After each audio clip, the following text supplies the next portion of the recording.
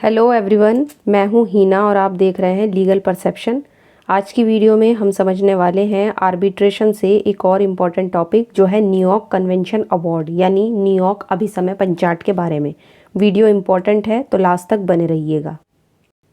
Video में आगे बढ़ने से पहले आपके लिए ज़रूरी इन्फॉर्मेशन ये है कि अगर आपको एडीआर के या दूसरे जो भी लॉ से रिलेटेड सब्जेक्ट्स हैं उनके हिंदी पेड नोट्स चाहिए तो आप डिस्क्रिप्शन में दिए गए व्हाट्सअप नंबर पर मैसेज करके ले सकते हो। इसके अलावा नोट्स के प्राइस भी आपको डिस्क्रिप्शन में ही मिल जाएंगे। और हाँ, आप चाहो तो हमें टेलीग्राम पे भी ज्वाइन कर सकते हो जिसका लिंक भी आपको डिस्क्रिप्शन में ही मिल जाएगा। तो आज की वीडियो में हमारा टॉपिक है न्यूयॉर्क कन्वेंशन अवार्ड। तो न्यूयॉर्क कन्वेंशन अवार्ड के बारे में जानने से पहले हम सबसे पहले ये समझते हैं कि अवार्ड क्या होता है। ये मैं पहले भी आपको बता चुकी हूँ कि आर्बिट्रेशन में अवार्ड का मतलब होता है आर्बिट्रेटर का अंतिम फैसला, उसके द्वारा दिया गया डिसीजन। आर्बिट्रेशन कंसिलिएशन एक्ट 1996 में अवार्ड को मुख्य रूप से दो पार्ट में यहाँ पर डिवाइड किया गया है। एक है डोमेस्टिक अवार्ड और दूसरा है फॉरेन अवार्ड। तो ये जो न्यूयॉर्क कन्वेंशन अवार्ड है ये हमारे फॉरेन अवार्ड की कैटेगरी में आते हैं। तो पंचाट के दो प्रकार होते हैं, जैसा कि मैंने बताया, देशी पंचाट यानी डोमेस्टिक अवार्ड और विदेशी पंचाट यानी फॉरेन अवार्ड। डोमेस्टिक अवार्ड वो अवार्ड होता है जो भारत के अंदर होने वाली आर्बिट्रेशन में दिया जाता है।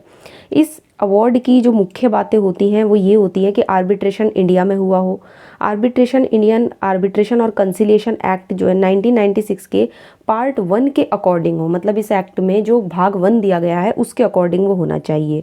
तीसरा, आर्बिट्रेटर के द्वारा दिया गया फैसला इंडियन कोर्ट में एनफोर्स किया जा सकता है।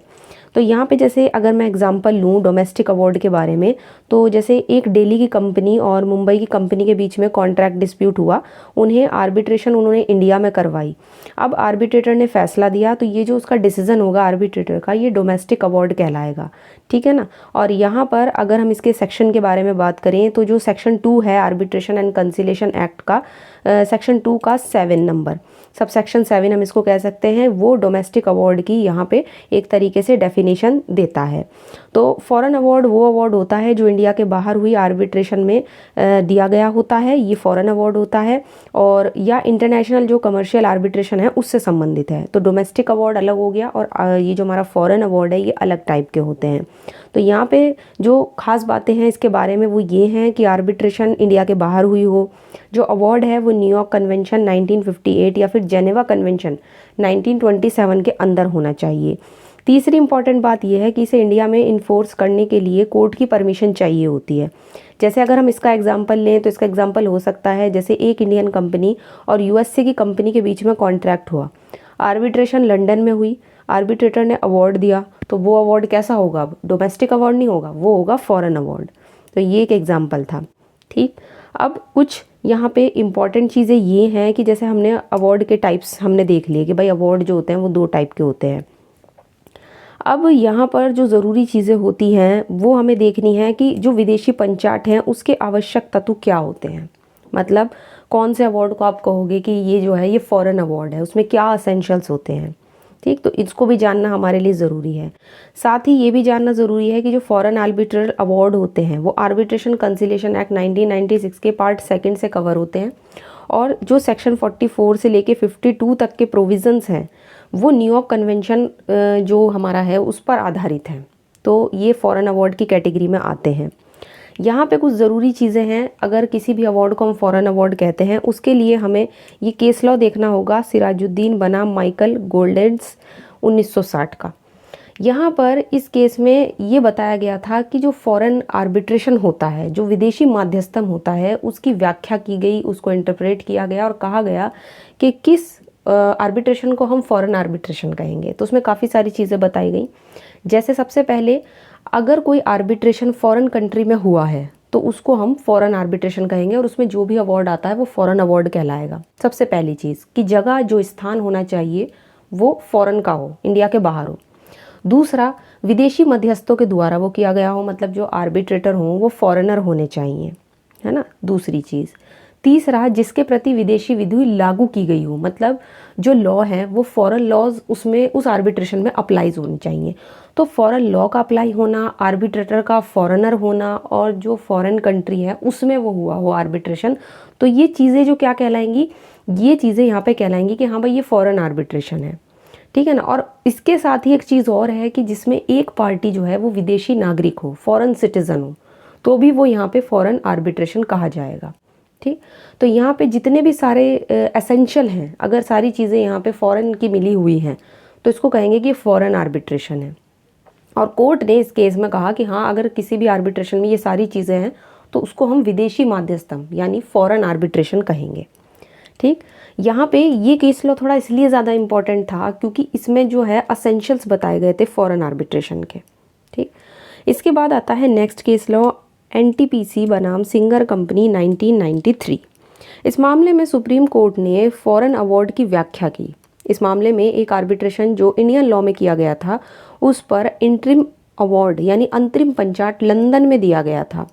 सुप्रीम कोर्ट ने इसे फॉरेन अवार्ड मानने से इनकार करते हुए जजमेंट दिया कि ये एक डोमेस्टिक अवार्ड था, क्योंकि इस आर्बिट्रेशन का जो एग्रीमेंट है और जो भी प्रोसीडिंग्स हैं वो दोनों ही इंडियन कानून से गवर्न हुई हैं, दोनों ही इंडियन लॉ से गवर्न हुई हैं। तो यहाँ पे इस तरीके से कोर्ट ने इस केस में बोला।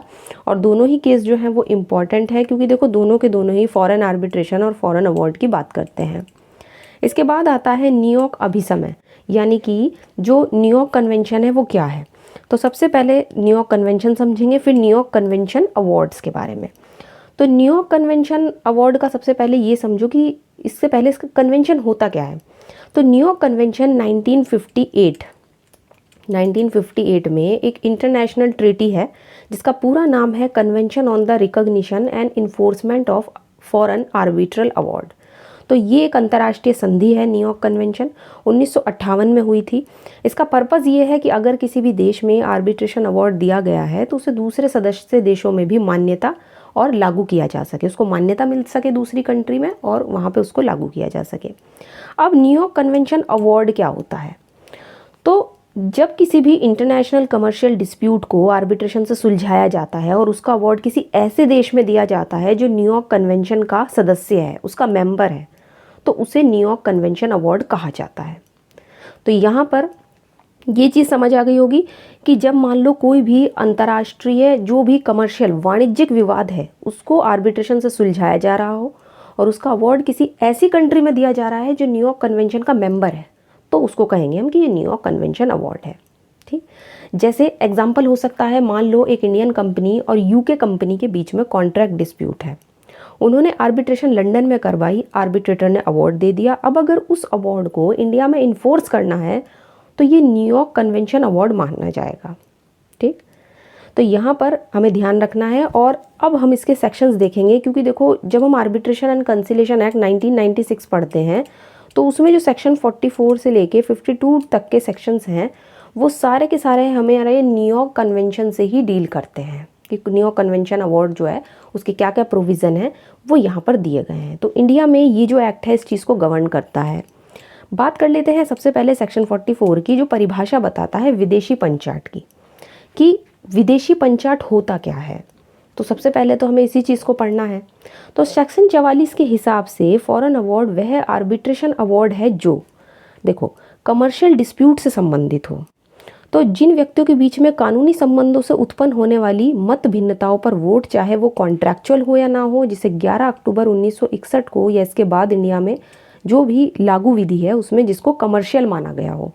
दूसरा, लिखित करार के अनुसरण में किया गया आर्बिट्रेशन जिसके लिए पहली सूची में दिए गए कन्वेंशन लागू होता हो। और तीसरा, उन राज्य क्षेत्रों में से जिसे केंद्र सरकार ने नोटिफिकेशन के द्वारा डिक्लेयर किया गया है कि उनके प्रति ये अभिसमय लागू होगा या ये कन्वेंशन लागू होगा, उसको बोलेंगे कि ये फॉरेन अवार्ड है।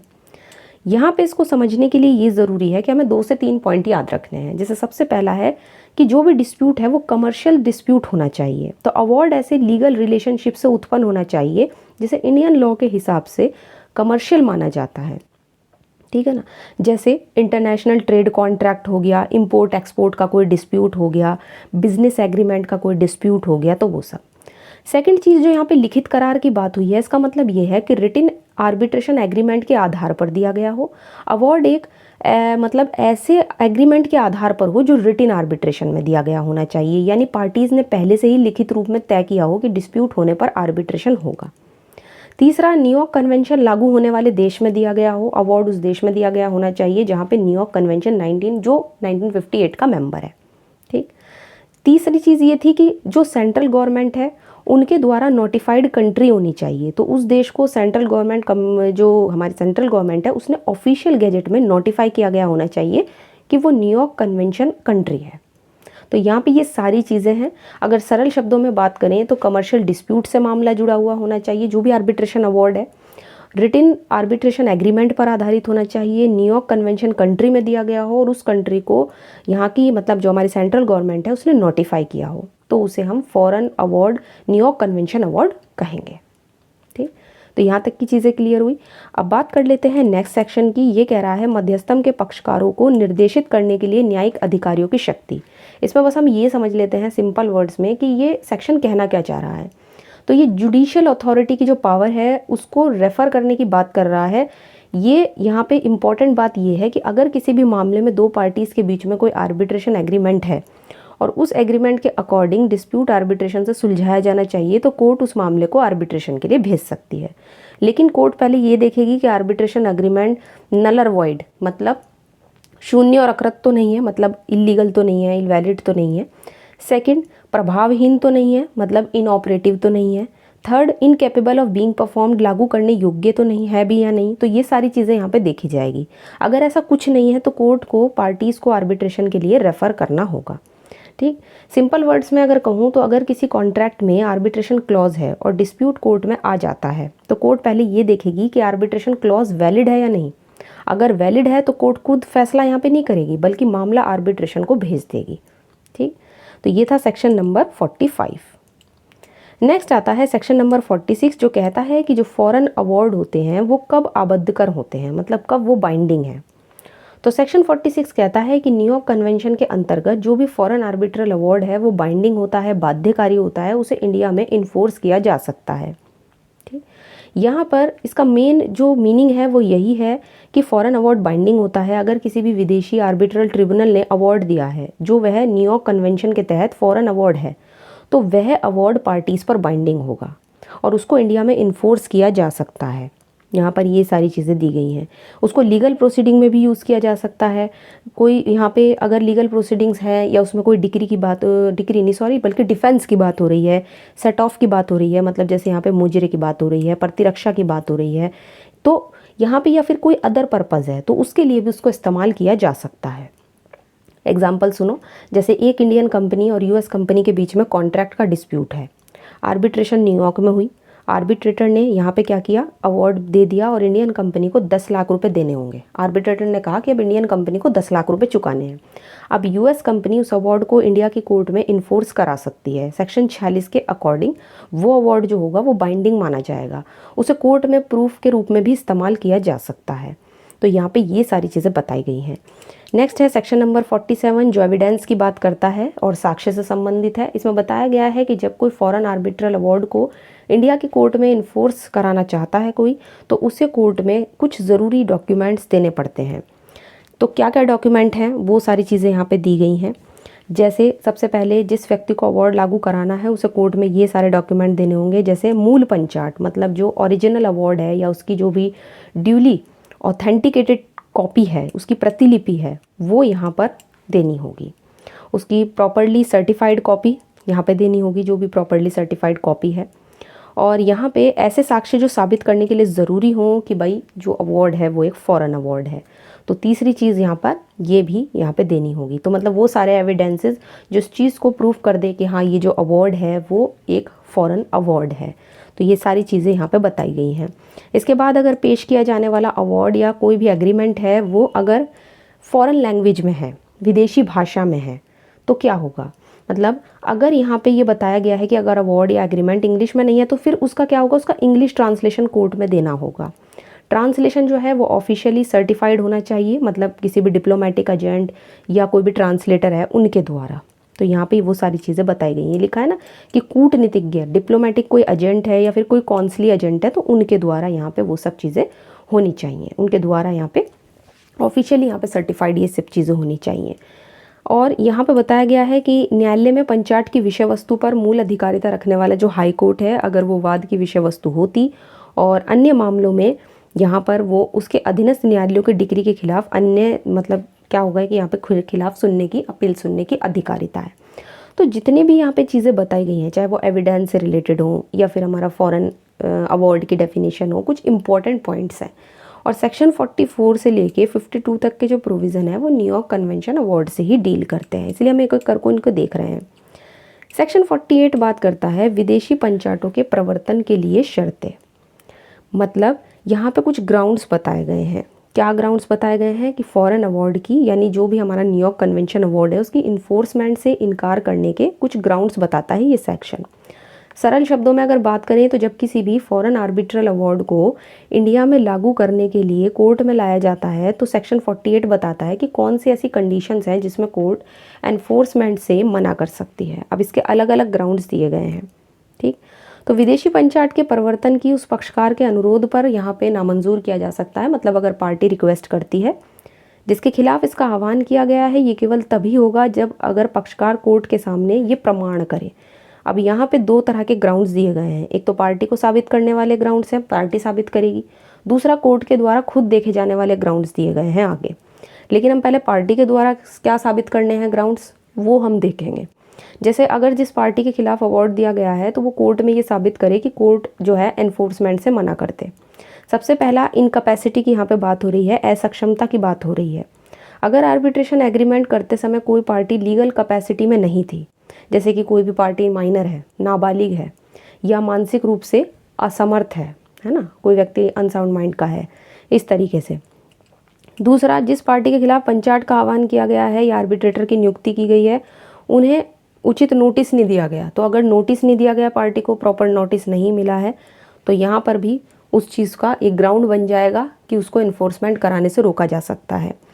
तो यहाँ पे अगर आर्बिट्रेटर की अपॉइंटमेंट की सही जानकारी नहीं दी गई है जिस पार्टी के खिलाफ अवार्ड दिया गया है, या प्रोसीडिंग की नोटिस उसको नहीं मिली है, इसलिए वो अपना केस प्रेजेंट नहीं कर सकी, तो ये क्या माना जाएगा कि भाई ये जो प्रिंसिपल है ये नेचुरल जस्टिस का प्रिंसिपल है कि सबको सुनवाई का मौका मिलना चाहिए, सबको प्रॉपर नोटिस यहाँ पे देना चाहिए। तो अगर इस तरीके से होता है तो वो यहाँ पे ग्राउंड बन जाएगा।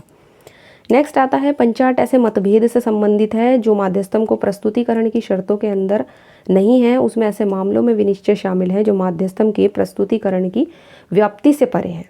तो अगर आर्बिट्रेशन अवार्ड में ही किसी तरीके का यहाँ पे कोई भी इनवैलिडिटी है, मतलब वो इनवैलिड है, तो उस देश के कानून के अनुसार अगर इनवैलिड है या जैसे एग्रीमेंट सही तरीके से नहीं बना है, कानून के खिलाफ है, तो वो सारी चीज़ें यहाँ पे मानी जाएंगी कि ये ग्राउंड है ना, फॉरेन अवार्ड को एनफोर्समेंट ना कराने का। नेक्स्ट है माध्यस्थम प्राधिकारी को संरचना या उसकी प्रक्रिया पक्षकार के अनुसार यहाँ पे नहीं हुई है। तो अगर अवार्ड आर्बिट्रेशन एग्रीमेंट के स्कोप के बाहर है तो यहाँ पर मतलब एक तरीके से जैसे माध्यस्थम प्राधिकारी, जैसे यहाँ पे आर्बिट्रेशन की कोई अथॉरिटी है, उसका कंपोजिशन है या उसका कोई भी प्रोसीजर है, वो पार्टीज़ के एग्रीमेंट के अकॉर्डिंगली नहीं हुआ है, मतलब उसमें कुछ अलग चीज़ें हैं, तो यहाँ पे कुछ अगर ऐसी चीज़ें हैं तो ये भी एक ग्राउंड बन सकता है। ठीक है ना, तो कंपोजिशन या प्रोसीजर से रिलेटेड अगर कोई चीज़ है। और नेक्स्ट है कि पंचाट तभी पक्षकारों पे बाध्यकारी नहीं हुआ या उस देश के सक्षम प्राधिकारी द्वारा निलंबित कर दिया गया जिसमें उस पंचाट को बनाया गया था। तो अगर अवार्ड अभी फाइनल और बाइंडिंग नहीं हुआ है या जिस देश में अवार्ड दिया गया है वहाँ की कोर्ट ने उसे सेट असाइड कर दिया है, उसको रद्द कर दिया है, तो ये भी एक ग्राउंड है। अब ये जो दूसरा पॉइंट है इसका, ये बताता है कि कोर्ट कब नामंजूर कर सकती है अवार्ड को इन्फोर्समेंट करने से। पहला है विवाद की विषय वस्तु इंडियन लॉ में आर्बिट्रेशन के द्वारा परिनिर्धारण के योग्य नहीं है, मतलब सब्जेक्ट मैटर ही ऐसा है कि आर्बिट्रल नहीं है, उसका आर्बिट्रेशन नहीं हो सकता। तो अगर विवाद ऐसा है जिसे इंडियन लॉ में आर्बिट्रेशन से सॉल्व नहीं किया जा सकता, जैसे कोई क्रिमिनल मैटर है या डाइवोर्स का मैटर है, इंसॉल्वेंसी दिवालियापन है, तो अगर इस तरीके का कोई भी मैटर है तो नेक्स्ट है पंचाट का इन्फोर्समेंट इंडिया की जो लोक नीति है उसके प्रतिकूल हो, यहाँ की पब्लिक पॉलिसी के खिलाफ हो। इंडिया की पब्लिक पॉलिसी के खिलाफ अगर है अवार्ड तो यहाँ पे भी कोर्ट उसको इन्फोर्समेंट करने से मना कर सकती है। अब यहाँ पे पब्लिक पॉलिसी के खिलाफ है कोई अवार्ड, उसको कब कहा जाएगा, तो ये सारे पॉइंट यहाँ पे दिए गए हैं। जैसे फ्रॉड या करप्शन से डील करता है अगर, या फंडामेंटल पॉलिसी है इंडिया की तो वो यहाँ पे उसके खिलाफ है अगर इंडियन लॉ की फंडामेंटल पॉलिसी के खिलाफ है, या basic notion of morality of justice है ना, मॉरलिटी का कोई प्रश्न है या जस्टिस है, जो उनके बेसिक नोशंस है उसके खिलाफ है। तो अगर ये तीनों चीज़ें हैं तो माना जाएगा कि वो इंडियन लॉ की पब्लिक पॉलिसी के खिलाफ है। अब यहाँ पे जो तीसरी चीज़ है वो ये है कि अगर पंचायत को निलंबित करने के लिए कोई भी यहाँ पे अथॉरिटी है उसको आवेदन किया गया है, तो कोर्ट क्या करेगी, पंचायत के एनफोर्समेंट के निश्चय को यहाँ पे कुछ समय के लिए टाल सकती है, स्थगित कर सकती है, और पंचायत के प्रवर्तन का दावा करने वाले पार्टी के आवेदन पर दूसरी पार्टी को प्रतिभूति देने का ऑर्डर भी दे सकती है। तो अगर किसी फॉरेन आर्बिट्रल अवार्ड के खिलाफ जिस देश में अवार्ड दिया गया है या जिस कानून के तहत अवार्ड बना है वहाँ पे वो रद्द या सस्पेंड करने के लिए एप्लीकेशन दी गई है, तो इंडिया की कोर्ट क्या करेगी, एनफोर्समेंट का डिसीजन कुछ समय के लिए टाल सकती है, उसको एडजॉर्न कर सकती है। और अगर अवार्ड को इन्फोर्स कराने वाली पार्टी रिक्वेस्ट करे तो दूसरी पार्टी से सिक्योरिटी यानी गारंटी या ज़मानत के तौर पर यहाँ पे कोर्ट उससे मांग सकता है। तो यहाँ पे तुरंत यहाँ पे कोर्ट जो है एनफोर्समेंट का फैसला नहीं करेंगे, बल्कि मामले को रोक भी सकता है कोर्ट, और ज़रूरत पड़े तो सिक्योरिटी डिपॉजिट लेने का ऑर्डर भी दे सकता है। ये ऐसा इसके सबसेक्शन 3 में कहा गया है।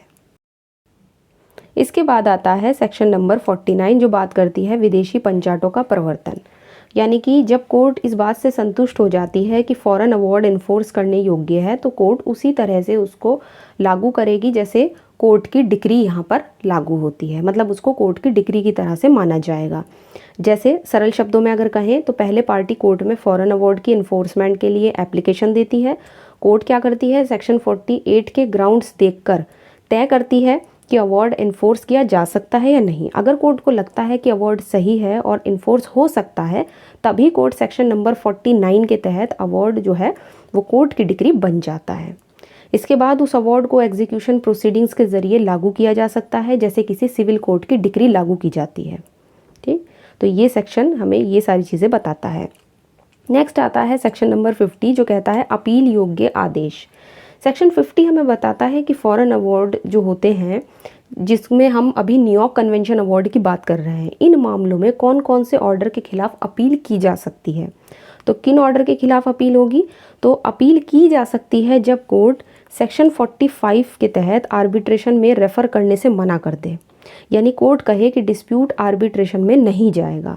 दूसरा सेक्शन 48 की बात हुई है, सेक्शन 48 के तहत फॉरेन अवार्ड को इन्फोर्स करने से मना कर दे, यानी कोर्ट अवार्ड को लागू करने से यहाँ पे इनकार कर दे।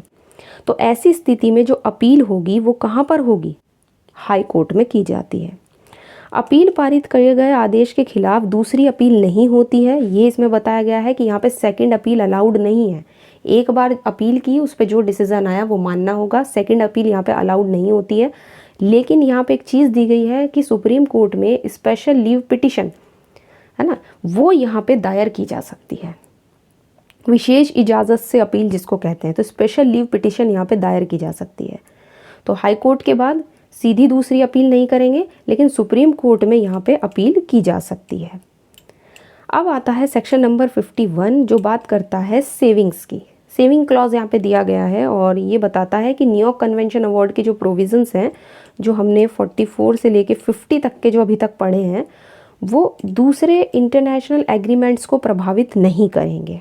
ठीक, सरल शब्दों में अगर इंडिया किसी और इंटरनेशनल ट्रीटी या एग्रीमेंट के तहत फॉरेन अवार्ड्स को मान्यता देता है तो वो व्यवस्था लागू रह सकती है। न्यूयॉर्क कन्वेंशन अवार्ड ही एकमात्र ऐसा तरीका नहीं है, बल्कि अन्य ट्रीटीज भी यहाँ पे लागू हो सकती हैं, दूसरी संध्या भी यहाँ पे लागू हो सकती है। सेक्शन 52 अध्याय 2 का लागू ना होना, तो यहाँ पे बताता है कि सेक्शन 44 से लेके 50 तक जो न्यूयॉर्क कन्वेंशन प्रोविजंस दिए गए हैं वो जेनेवा कन्वेंशन अवार्ड्स पे लागू नहीं होंगे। ठीक, क्योंकि देखो आर्बिट्रेशन एक्ट 1996 में फॉरेन अवार्ड्स के 2 प्रकार दिए गए हैं। एक तो दिया गया है न्यूयॉर्क कन्वेंशन अवार्ड जो अभी हमने पढ़ा, ये दिया गया है सेक्शन 44 से 52 तक जो हम कर चुके हैं, और दूसरा है जेनेवा कन्वेंशन अवार्ड जो दिया गया है 53 से लेके 60 तक। तो ये हमारा दूसरा वाला है। तो ये दूसरा जो है ये अलग से दिया गया है, सेक्शंस भी अलग हैं, तो इसलिए सेक्शन 52 कहता है कि न्यूयॉर्क कन्वेंशन के जो रूल्स हैं वो जेनेवा कन्वेंशन अवार्ड्स पर लागू नहीं होंगे। तो ये था आज का हमारा वीडियो, जो फॉरेन अवार्ड के साथ साथ हमने ये भी समझा है कि न्यूयॉर्क कन्वेंशन क्या होता है, न्यूयॉर्क कन्वेंशन अवार्ड्स क्या है, वो सारी चीज़ें हमने यहाँ पे देखी हैं। तो अगर आज की वीडियो अच्छी लगी है इसको लाइक कीजिए, शेयर कीजिए, और अगर चैनल पर नए हैं इसको सब्सक्राइब कर लीजिए। इसके अलावा आप हमें टेलीग्राम पे भी ज्वाइन कर सकते हो, जिसका लिंक आपको डिस्क्रिप्शन में मिल जाएगा। तो आज की वीडियो में इतना ही, मिलते हैं नेक्स्ट वीडियो में।